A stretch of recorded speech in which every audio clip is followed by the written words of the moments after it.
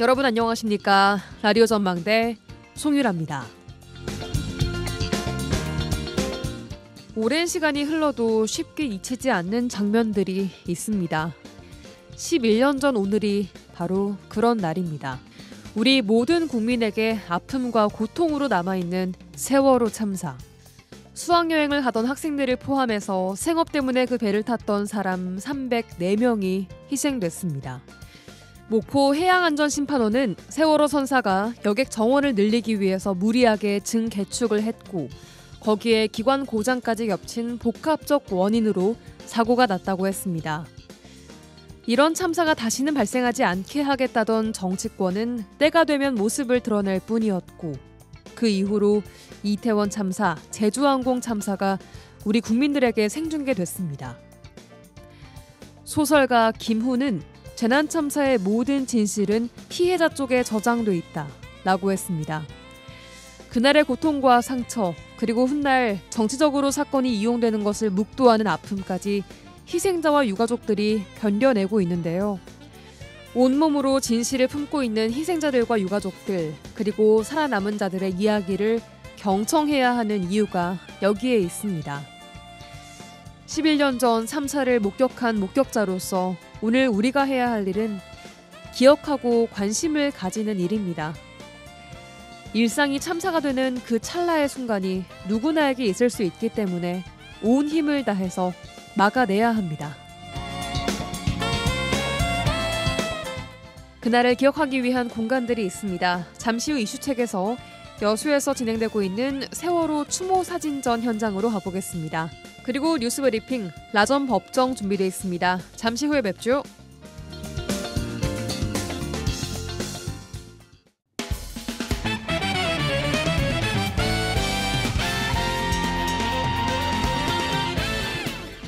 라디오 전망대 4월 16일 수요일 순서 출발합니다. 지역 뉴스부터 정리해보죠.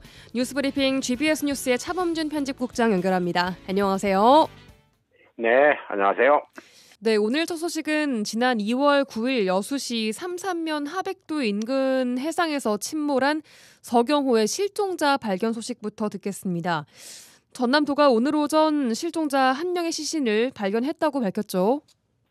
네, 전남도가 오늘 오전 11시 42분쯤 여수시 삼산면 하백도 동쪽 인근 해상사고 지점 82.8m 해저면에 가라앉은 서경호 조타실에서 실종자 1명을 발견해 시신을 인양해 병원으로 이송했다고 발표했습니다. 예. 오늘 발견된 실종자는 해저면 서경호 선체 내부인 조타실 등을 수색하는 과정에서 발견됐고 해경은 오늘 시신을 인양한 팀은 민간 잠수부들로 오후에 기상 여건이 악화돼 일단 현장에서 철수했지만 오는 19일 선체 내부인 조타실과 선실, 기관실 등 수색 작업을 이어갈 예정이라고 밝혔습니다. 예. 그동안 전남도는 민간 업체와 계약을 체결한 후에 이 수색 작업을 진행해 왔는데 현재까지 서경호 침몰 사고로 승선원 14명 중 5명이 숨지고 4명이 구조되었고 그동안 5명이 실종 상태로 수색이 진행되었는데 오늘 1명의 시신이 인양됐습니다. 네, 서경호 조타실에서 1명의 시신이 발견됐다는 점 전해드립니다. 나머지 4명의 실종자도 하루빨리 가족의 품으로 돌아올 수 있기를 진심으로 바라보겠습니다. 다음은 광양 소식 듣겠습니다. 광양시가 지역의 장애인 복지를 위한 사업 수립에 필요한 용역을 진행했는데 시의회와 지역 장애인 단체로부터 용역이 너무 좀 부실했다 이런 지적이 나왔다고요? 네, 광양시가 지역 장애인들의 복지 시책 촉진을 위한 계획 수립을 위해 용역을 추진했습니다. 하지만 그 용역 결과물이 부실하다는 지적이 나오고 있습니다. 예. 지난주 광양시는 올해부터 오는 2029년까지 광양시 장애인 복지 종합계획 수립을 위한 연구 용역 최종 보고회를 개최했는데요. 해당 용역은 전남지방행정발전연구원이 지난해 5월부터 6천만 원의 예산으로 용역을 수행해 왔습니다. 예. 최종 보고회를 진행한 용역사는 용역 개요와 광양시 장애인 현황 또 수요 조사 결과 등을 통해 토대로 5개 분야 17개 사업을 제안하고 참석자들의 의견을 물었는데 이 보고회에서는 제시된 신규 사업은 장애 친화병원 선정과 중증장애인 저축형 통장 장애 청소년 재능 발굴 프로젝트 등 단 3건에 그쳤다는 지적입니다. 예. 특히 보고에서 일부 참석자들은 제시된 사업이 광양시 현실과 동떨어지고 사업 내용도 구체적이지 않고 포괄적인 내용만 담겼다는 지적입니다. 참석자들은 국내 정책 동향을 장애인의 자립과 탈시설, 고령 장애인 증가에 따른 복합 지원 강화 등으로 분석해 놓고도 관련된 사업 제안은 미비했고 특히 장애인 자립과 관련해 가장 중요하게 여겨지는 일자리 분야에서는 그저 기존 사업을 강화해야 된다는 단편적인 조언 수준에 그쳤다는 평가를 보이고 있습니다. 네, 이런 논란들에 대해서 용역을 진행했던 기관 측의 입장은 어떤가요? 네, 용역을 진행한 전남지방행정발전연구원은 참석자들이 제기한 설문조사 신뢰도에 대한 지적에 대해 설문조사 답변 순위에 따라 가중치 부여를 달리하다 보니 결과 일부가 수정됐고 또 일부 내용은 최종 보고의 발표 자료에 포함되지 않았다고 해명했습니다. 예. 용역회사는 참석자들의 여러 지적사항에 대해 내용을 반영해 용역 내용을 수정하겠다는 입장을 보이기는 했습니다. 예. 하지만 최종 보고서에 이 부실 용역 논란을 잠재울 수 있는 추가 조사의 실시나 그 결과의 반영이 이루어질지는 아직 유동적인 상황입니다. 예. 용역 보고에 참석한 지역의 한 장애인 단체 관계자는 올해 2월 국회에서 통과된 장애인의 지역사회 자립 및 주거 전환 지원에 관한 법률을 반영한 용역 결과물이 나왔어야 하는데 용역기관이 당초보다 5개월이나 연장되었음에도 용역사가 추가 조사를 실시하지 않았다며 용역 결과에 불만을 표출하기도 했습니다. 보고에 참석했던 광양시의회 박문섭 의원은 언론을 통해 광양시장이 위원장으로 참여하는 중요한 용역인 만큼 내실 있는 보고를 기대했지만 이 용역을 다시 진행하라고 요구할지 고민이 될 정도로 그 내용이 실망스러웠다며 지적된 내용이 최대한 반영된 최종 보고서가 작성되기를 바란다고 입장을 냈습니다.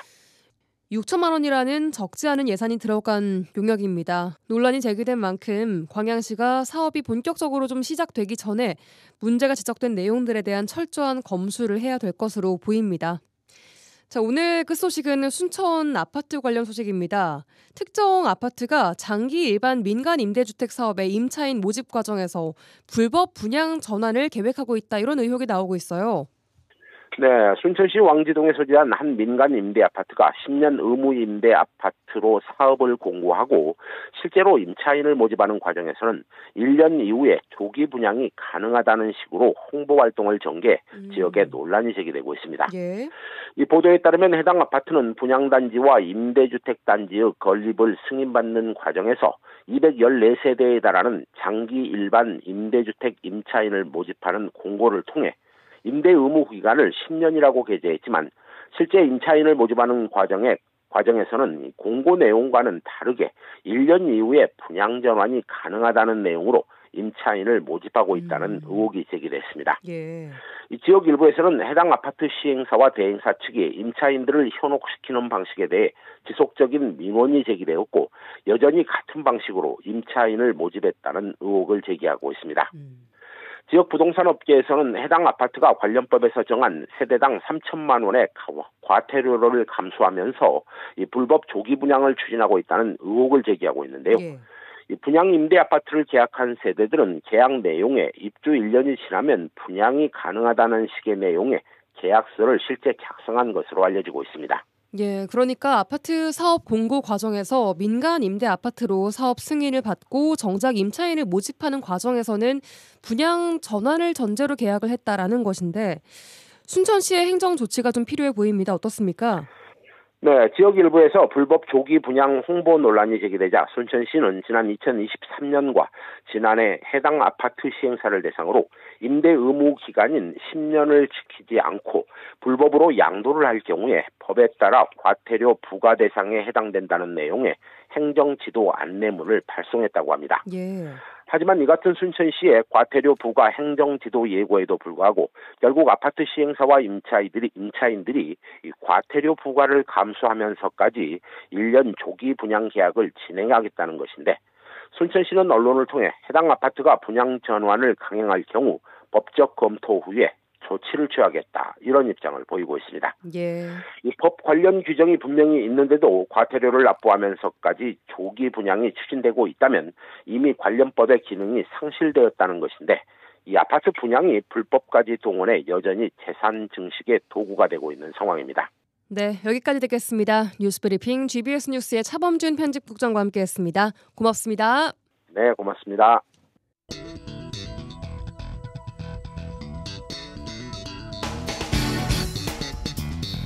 내 생각만 옳은 것은 아니다. 이런 주장도 있다. 이슈를 바라보는 눈을 키워드립니다.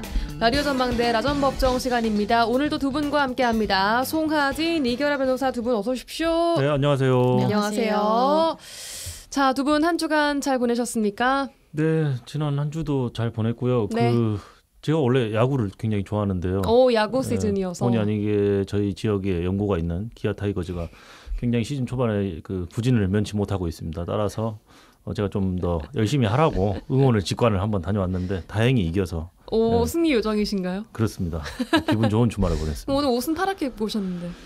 그러게요. 이럴 때도 있고 저럴 때도 있는 거죠. 네. 예. 같이 다녀오셨습니까?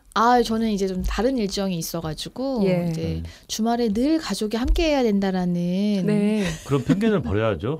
부부는 함께하는 건 아닌가요? 뭐 각자 볼 일 있으면 보고 같이 할 수 있으면 할 수 있고 하는 거고 그런 거죠. 그래서 좀 얼굴 좀 밝아지신 것 같아요. 아, 예. 네. 예, 오늘 좀 그러신 것 같기도 하고. 좀 피로가 많이 풀린 것 같습니다. 예, 오늘 목도 좀 풀리신 것 같고. 네네. 응원을 열심히 하셨는지. 네.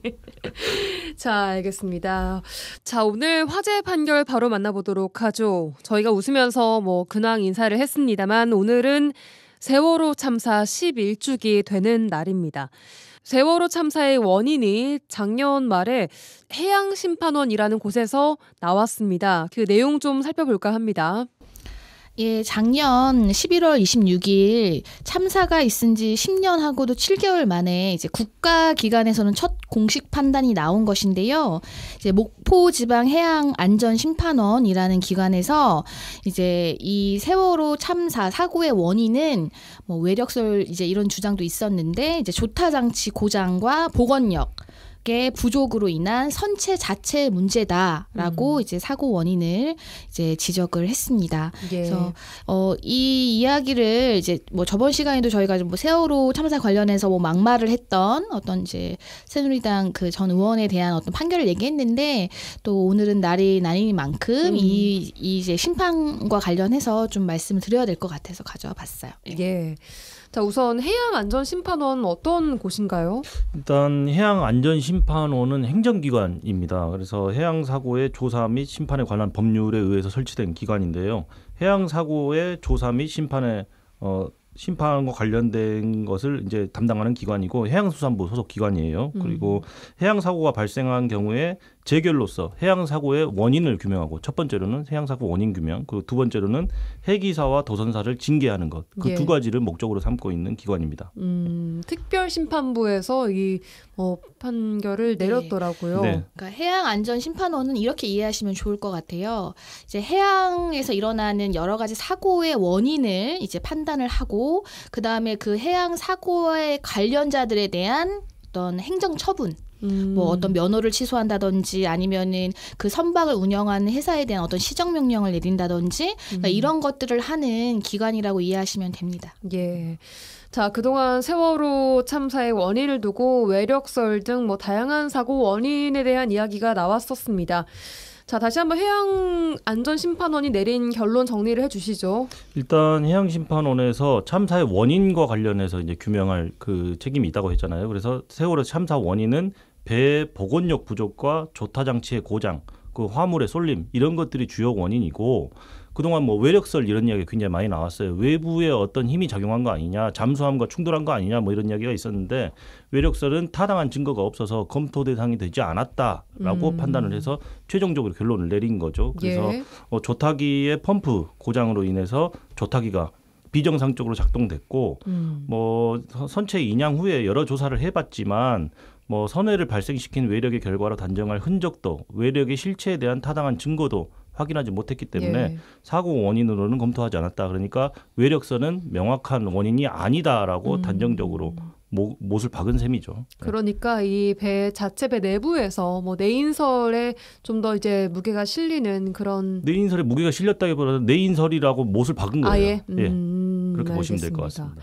자, 현재 세월호 이준석 선장이 무기징역을 선고받고 복역 중이고 다른 관련자들은 감형이 됐던 것으로 지금 알고 있는데 아까 행정처분도 내린다고 맞아요. 했잖아요. 심판원에서는 이번 관련자들에 대한 결정 어떻게 나왔나요? 이제 그러니까 이준석 선장을 비롯해서 5명의 면허를 취소했고요. 기관사 2명 그리고 항해사 1명에 대해서는 업무를 6개월에서 1년간 정지하는 결정을 내렸고 또 청해진 해운에 대해서는 시정명령을 내렸습니다. 알겠습니다. 네. 자, 이런 해양안전심판원의 결정, 이렇게 결정이 났다는 것은 이제 못 끝나는 건가요? 다 그렇지는 않습니다. 이것도 심판이고 하나의 결정이잖아요. 예. 뭐 억울한 사람이 있을 수 있고 불복할 수 있는 절차가 있는지 궁금하실 텐데 일단은 이준석 선장이나 이런 관련자 그리고 청해진 해운은 중앙해양안전심판원이라는 곳이 있어요. 그러니까 예. 목포해양안전심판원에서 지금 판단을 했잖아요. 그래서 중앙해양안전심판원에 재심을 청구해서 지금 2심 절차가 진행 중입니다. 그래서 좀 정리를 하자면 예. 각 지방심판원에서 1심을 담당을 하고 이에 불복이 있으면 중앙심판원에 2심을 청구할 수 있습니다. 그런데 그 중앙심판원의 재결에 대해서도 불만이 있으면 고등법원에 항소를 할 수 있고 재결에 대해서 불복하는 의미로 그리고 예. 고등법원의 판단에도 불복이 있으면 대법원까지 그래서 총 최종적으로 약 한 4심 재판이라고 보면 되겠고요.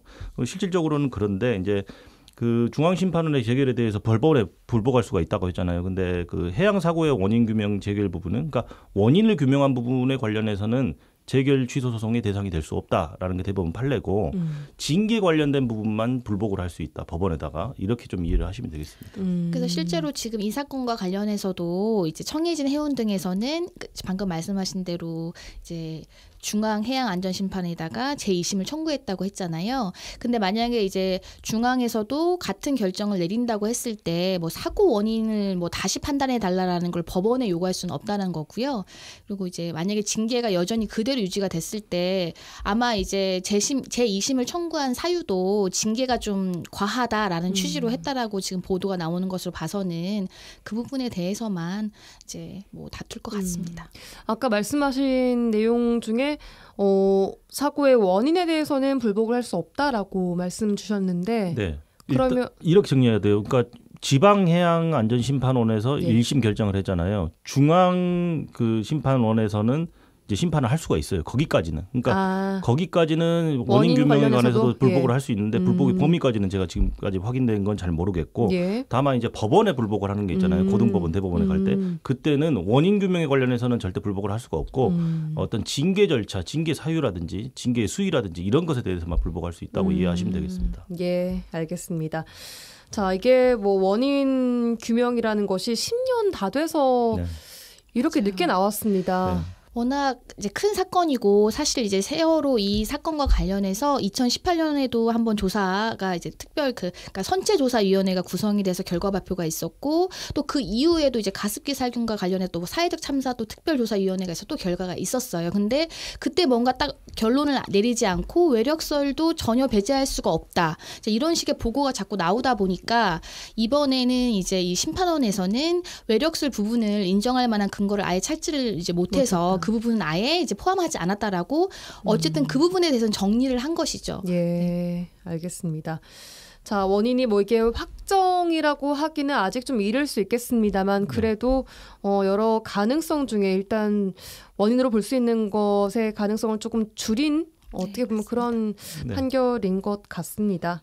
네, 11년 전입니다. 정말 많은 학생들을 비롯한 수많은 사람이 희생된 사건인 만큼 끝까지 원인 규명이 명확하게 이루어질 수 있기를 바라보겠습니다. 광고 듣고 와서 이어가죠.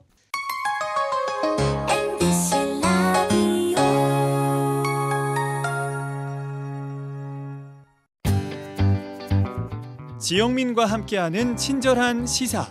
여기는 여수 MBC 송유라의 라디오 전망대입니다. 라디오 전망대의 수요일 코너 라전법정 함께하고 있습니다. 송아지 니겨라 부부 변호사와 함께하고 계십니다. 자, 윤석열 전 대통령의 이제 형사재판 이야기를 좀 해봐야겠습니다. 끝날 듯 끝나지 않는 윤석열 전 대통령. 예.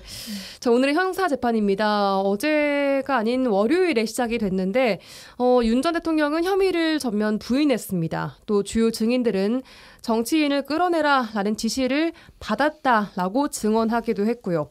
내용을 살펴보도록 하죠. 먼저 법정 촬영이 안 되는 부분에 대해서 재판부가 언론사가 너무 늦게 신청을 했고 또 피고인 의견을 듣는 절차를 밟을 수 없었다라고 했는데 재판정의 촬영 이 부분 어떻게 규정이 되어 있는 겁니까 원래?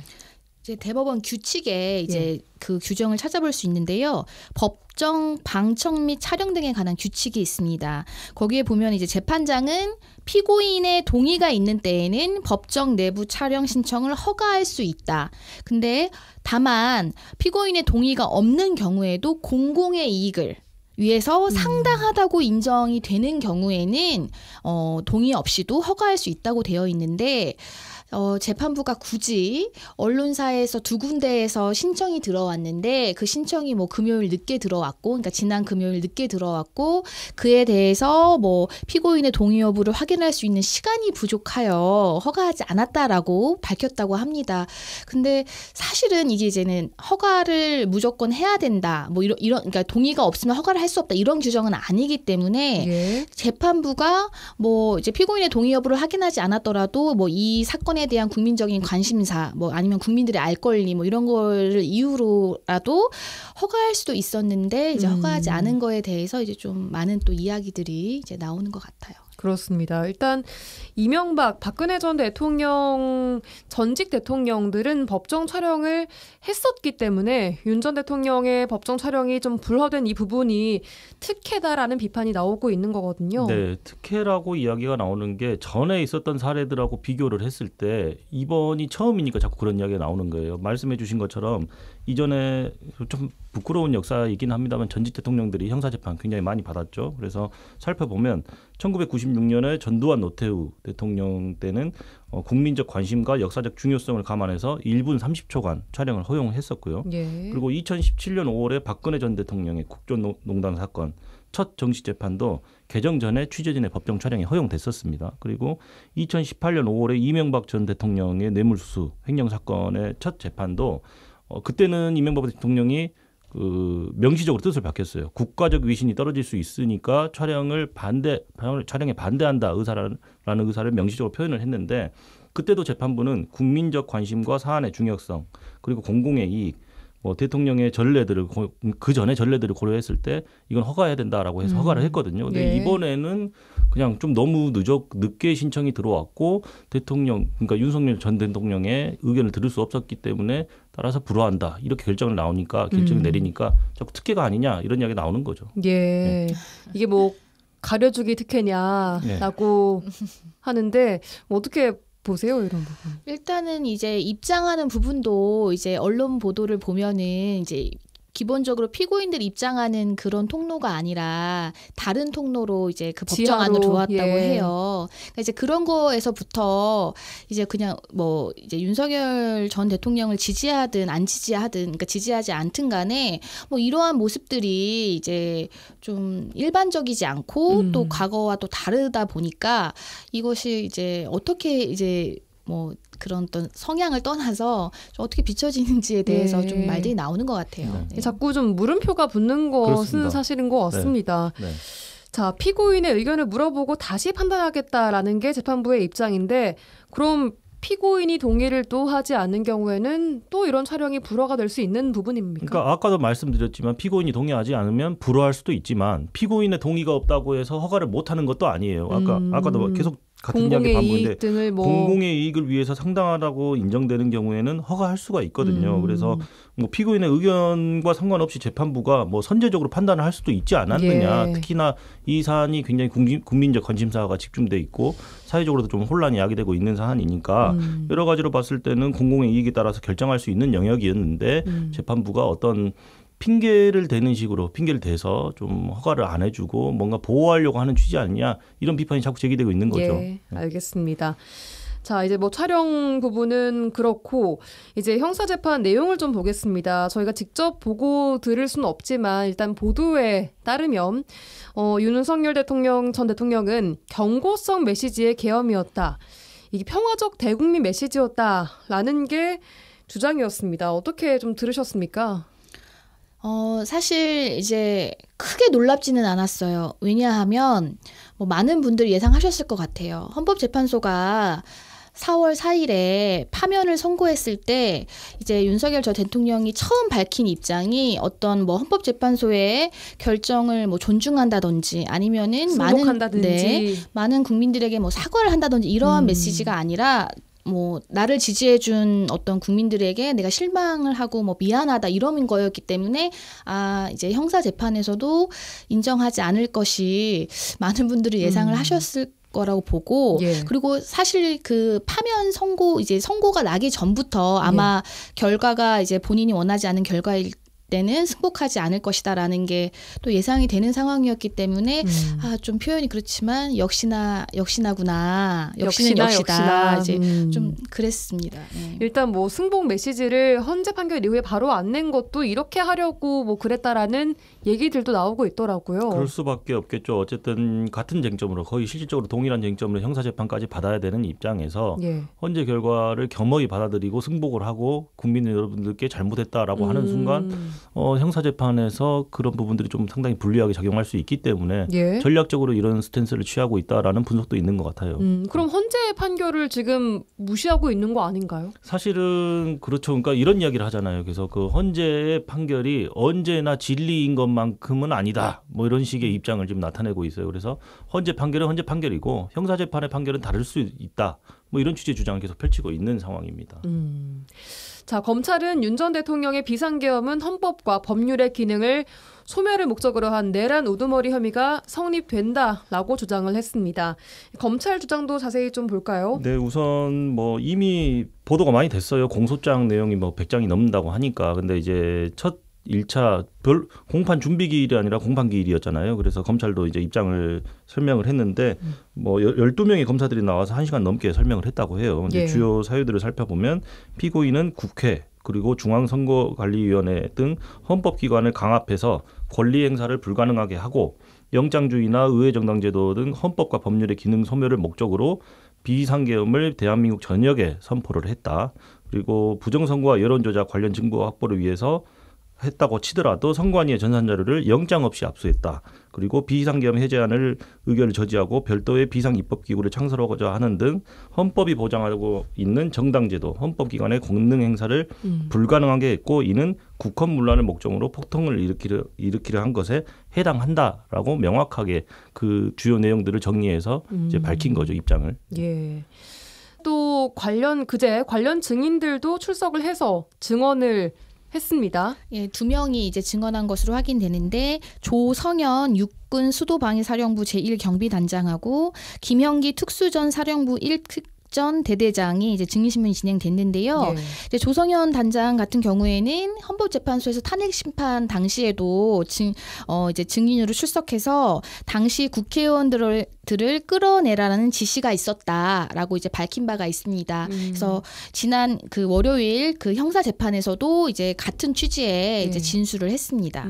그리고 김영기 대대장도 이제 증인으로 출석해서 구체적으로 국회의원을 끌어내라는 지시를 받았고 이러한 지시를 받았지만 이것이 옳은 것인지에 대해서 판단을 할 수 없었기 때문에 부하들에게 이러한 지시를 하지 않았다라고 이제 증언을 했습니다. 이런 것들이 이제 주요한 증거로 사용이 될까요? 될 수 있겠죠. 왜냐하면 일단 이 사람들이 불려 나온 건 이 사람들의 진술이 담겨 있는 조서를 그 윤 대통령이 증거로 사용하는데 부동의를 했기 때문에 이 사람들이 나온 것이고 이 사람들이 나와서 일단 이런 증언을 하기에 앞서서 내가 말한 대로 이 조서에 잘 적혀 있네요. 내가 날인한 것이 맞습니다. 이런 진정 성립 절차를 거쳤을 거예요. 그러면 일단 증거 능력을 부활하죠. 그래서 증거 능력 자체는 있는데 이 사람들의 증언이 신빙성이 있는지 없는지를 판단하는 건 재판부의 재량입니다. 그래서 증거 능력 자체는 있고 이걸 믿을지 안 믿을지는 재판부의 어떤 재량에 달려 있다라고 보시면 되겠습니다. 자, 또 형사 재판에서 윤 전 대통령이 직접 80분 넘게 발언을 했고 내란죄 성립이 안 된다라고 반박을 했습니다.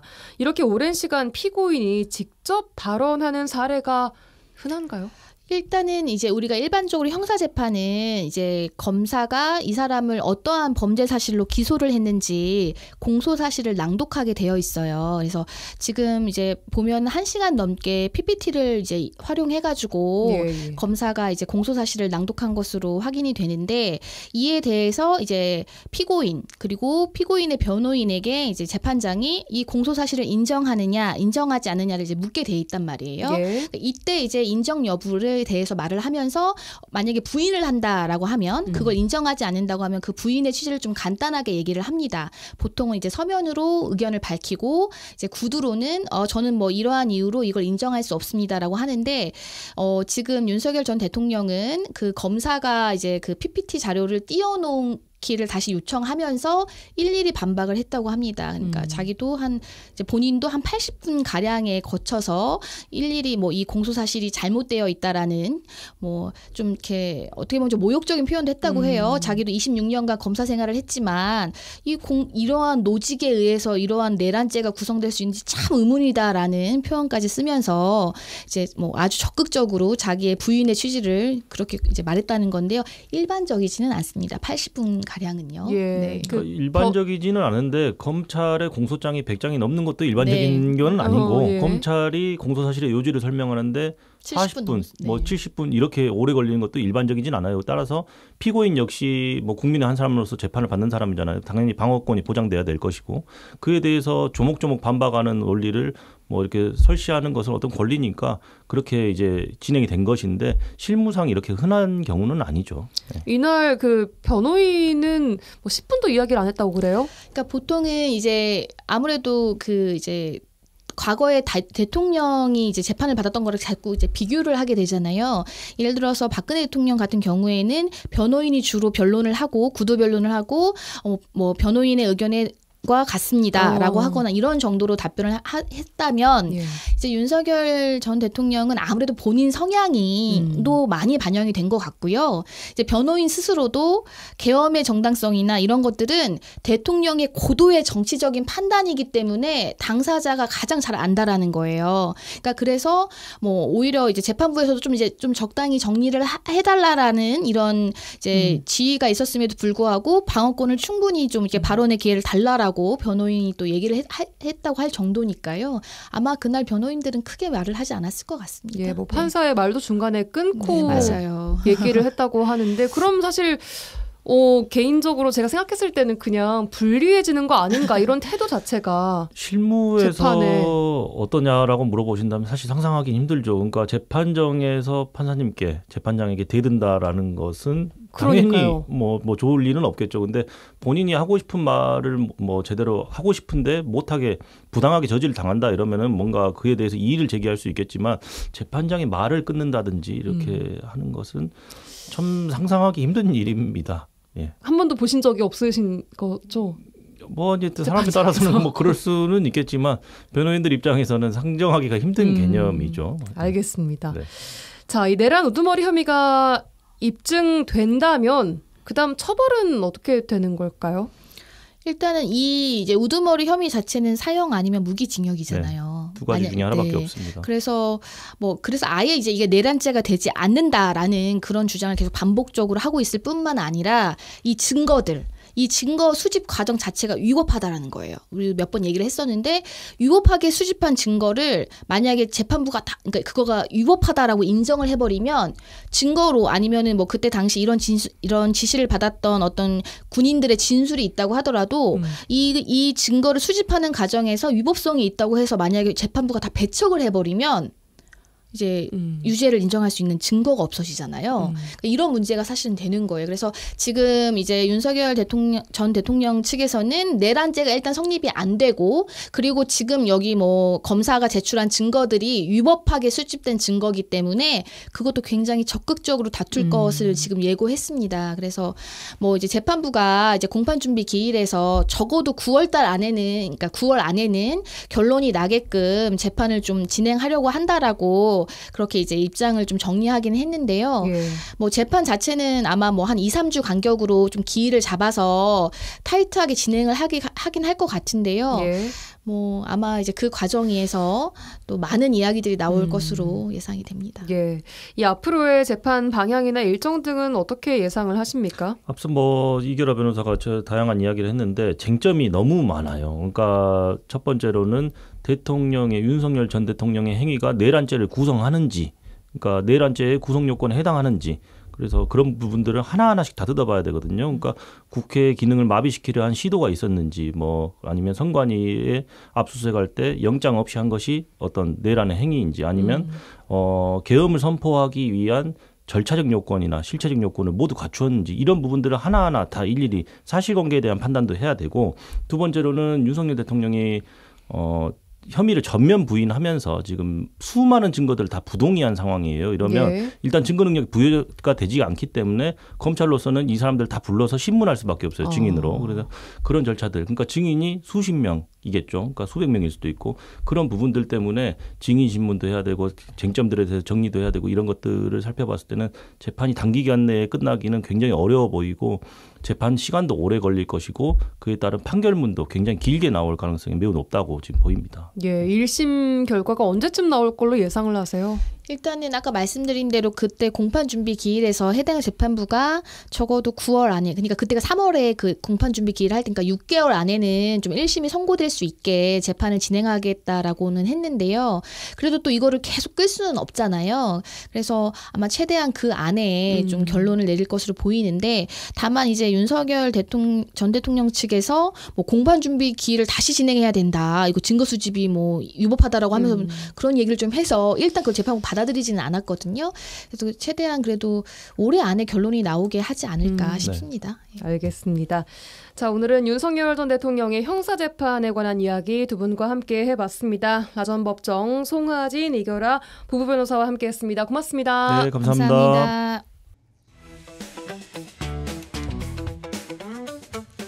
지역의 이슈를 직접 체크해드립니다. 이슈 체크. 이미지 리포터와 함께하겠습니다. 안녕하세요. 네, 안녕하십니까. 네, 오늘은 어떤 이슈 체크해볼까요? 네, 오늘의 이슈 체크. 세월호 11주기 추모 물결 체크해봅니다. 네, 누군가에게는 꽃피는 4월이고 누군가에게는 또 멈춰버린 4월인 세월호 참사 11주기입니다. 지난 주말을 시작으로 전국 곳곳에서는 세월호 11주기 추념 행사를 좀 마련했습니다.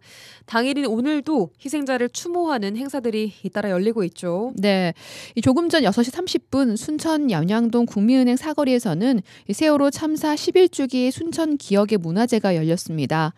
기억하는 우리가 세상을 바꾼다라는 주제로 순천 6.15 통일 합창단과 밴드 등걸의 추모곡 신앙송 무대와 함께 시민 추모 발언이 이어질 예정입니다. 예. 또 여수 YMCA는요, 지난 12일 이순신 광장에서 세월호 참사 11주기 추모 행사를 개최했는데요.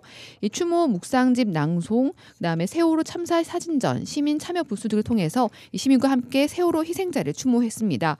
오늘 오후 8시까지 여수 여문 청소년 문화의 집에서 세월호 추모 사진전이 진행됩니다. 네, 11년이 지난 지금이지만 아직도 국민들에게는 슬픔의 4월이고 풀리지 않은 숙제로 남아있기도 합니다. 네.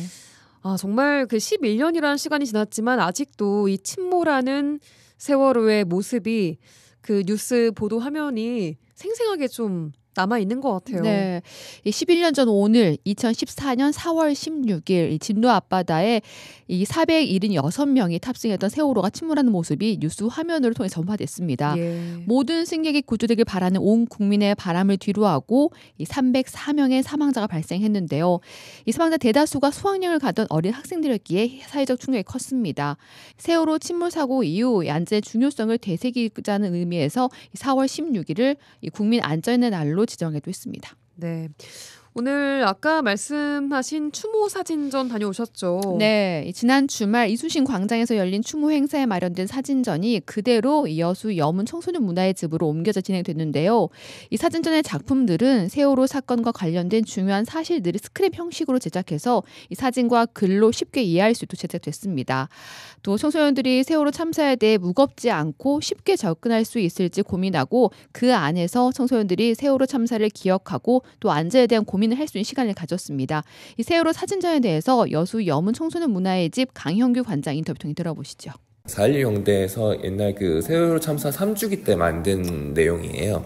그래서 저희가 지금 이거를 받아가지고 이제 매년 이제 사진전을 쓰고 있는데 다른 뭐 어떤 설명보다 일단 그 당사자분들과 함께 만들었던 사진전이기 때문에 가장 정확한 설명이지 않을까 해서 이걸 계속 사용하고 있습니다. 그래서 저희가 이걸 어떻게 접근할까도 상당히 좀 고민을 좀 많이 했었고 너무 또 무겁고 침체되는 느낌이면은 또 청소년들이 또 접근하기 되게 좀 어려운 부분들이 있어가지고 이걸 좀 중간에 맞추기가 조금 처음에 좀 어려웠는데 청소년들이 좀 가볍게 참여를 하되 이거를 좀 내용을 알아갈 수 있는 걸로 좀 중점을 뒀어요. 이게 왜 일어난지도 아직 모르고 있는 상태이기 때문에 그러면 여전히 그러면 우리 사회가 이걸 모르고 넘어갔을 때 안전한 사회가 될 수 있는가 이런 데 문제 제기를 계속 하고 있어서 4월 16일 이런 날이 돌아올 때만이라도 좀 기억하고 이건 어떻게 가면 진상이 바뀌어졌는데 한번 보고 여전히 안 된다고 했을 때 그날만이라도 아니면 그 주간만이라도 뭔가 내가 참여할 수 있는 부분들이 있는지 한번 참여해 주면 좋을 것 같고.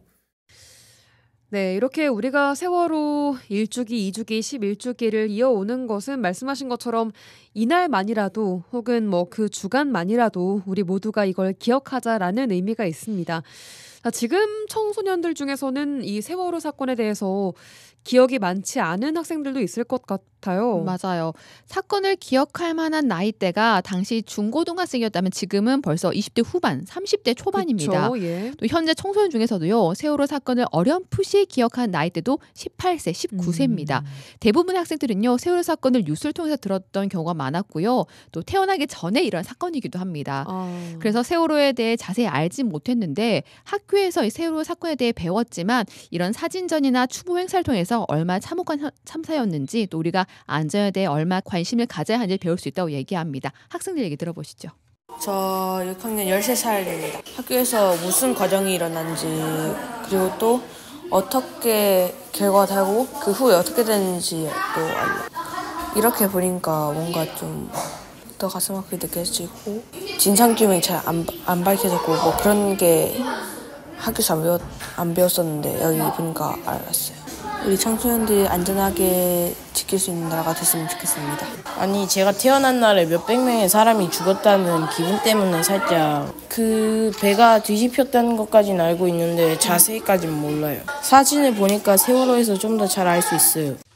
네, 우리 청소년 문화의 집에 온 지금 학생들의 인터뷰인 거죠? 사진전을 바라보고 있던 학생들의 인터뷰였습니다. 네. 보통 초등학교 6학년이었는데요. 이 친구들 2살 때 이 사건이 일어나거나 아니면 더 어린 친구들은 잘 태어나기 전에 한 친구가요. 이날이 생일이었어요. 오늘이 생일이에요. 그러니까요. 이 사고가 있던 날 태어났는데 항상 이걸 바라볼 때마다 마음이 굉장히 아프다고 하더라고요. 내가 태어난 날 그 많은 형 누나들이 이 사고를 당했다는 게 굉장히 안타깝다고 전하더라고요. 그러니까요. 네. 네, 그리고 또 지금 학생들은 그 정말 뉴스에서 혹은 책에서 봤던 사건이기 때문에 맞아요. 이게 뭐 배가 침몰한 사고라는 것은 알지만 어떻게 왜 물론 지금도 아직까지 확실한 진실 규명이 안 됐지만 더 그 자세한 그 상황에 대해서 모를 수밖에 없어요. 이런 맞아요. 그 사진전이 있기 때문에 네. 그나마 보고 알게 되는 네. 거죠. 그래서 이런 게 또 의미가 있는 것 같습니다. 네. 자, 지금 성인들은 세월호라는 단어만 나와도 좀 울컥하고 오늘 하루 종일 마음이 좀 적적합니다. 네. 그만큼 많은 국민에게 아픈 기억으로 남아있는 날인데요.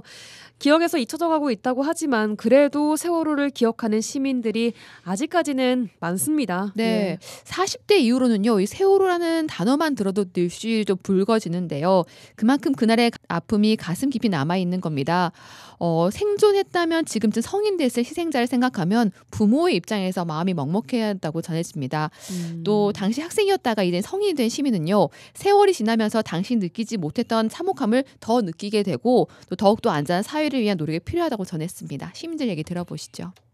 중학교 2학년 기억나죠. 그냥 뭐 사고가 났다고 해서 뉴스 보니까 막 갑자기 현장학습이랑 수학여행 다 취소되고 그랬어가지고 안타깝고 아직도 이렇게 유가족 분들이 이렇게 고통받고 있는 사실이 참 안타깝다고 생각합니다. 우리 그 이쁜 애기들 아이고 지금 컸으면 지금 몇 살이야 벌써 18이니까는 벌써 29, 30 다 됐겠다. 그러니까 우리 애기가 30이거든.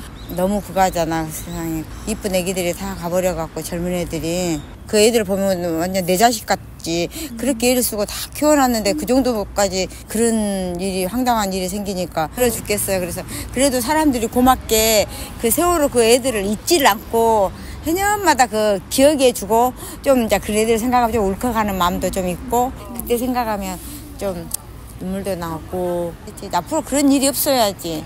근데 자꾸 생기잖아. 이태원도 생기고 막 모든 게 다 불안전하다 그래야 되나? 네, 그 당시에 이제 10대였던 시민분 같은 경우에는 네. 수학 여행이나 체험 학습이 다 취소가 됐던 기억이 있다라고 했는데 맞아요. 돌이켜 보면 그 당시에 세월호 참사 이후에 한동안 수학 여행을 다들 못 갔었죠. 맞아요. 그때 안전에 대한 것 때문에 다들 다 취소가 됐어요. 소풍까지도 취소됐었거든요.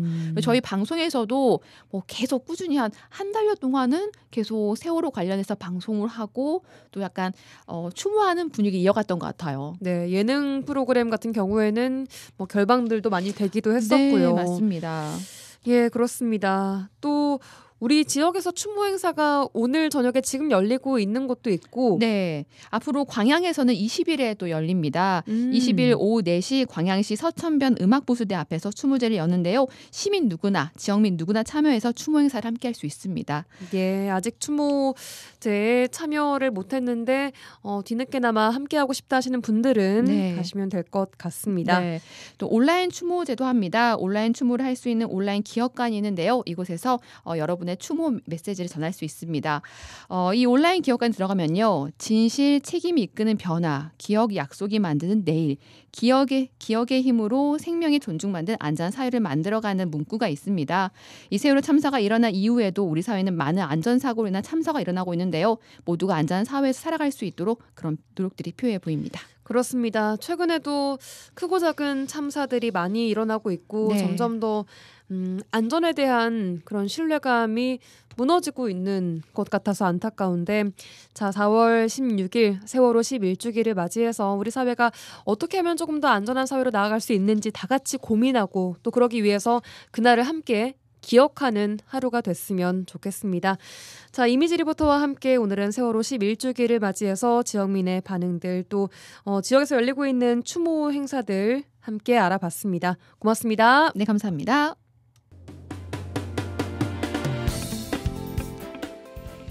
네, 11번째 봄이 왔습니다. 더 안전한 사회가 되길 바라는 마음으로 304명이 희생된 11년 전 오늘 세월호 참사를 잊지 않겠습니다. 기억하겠습니다. 라디오 전망대가 4월 16일 수요일에 준비한 내용은 여기까지입니다. 내일 뵙겠습니다. 구성 이선화, 연출 송유라였습니다. 고맙습니다.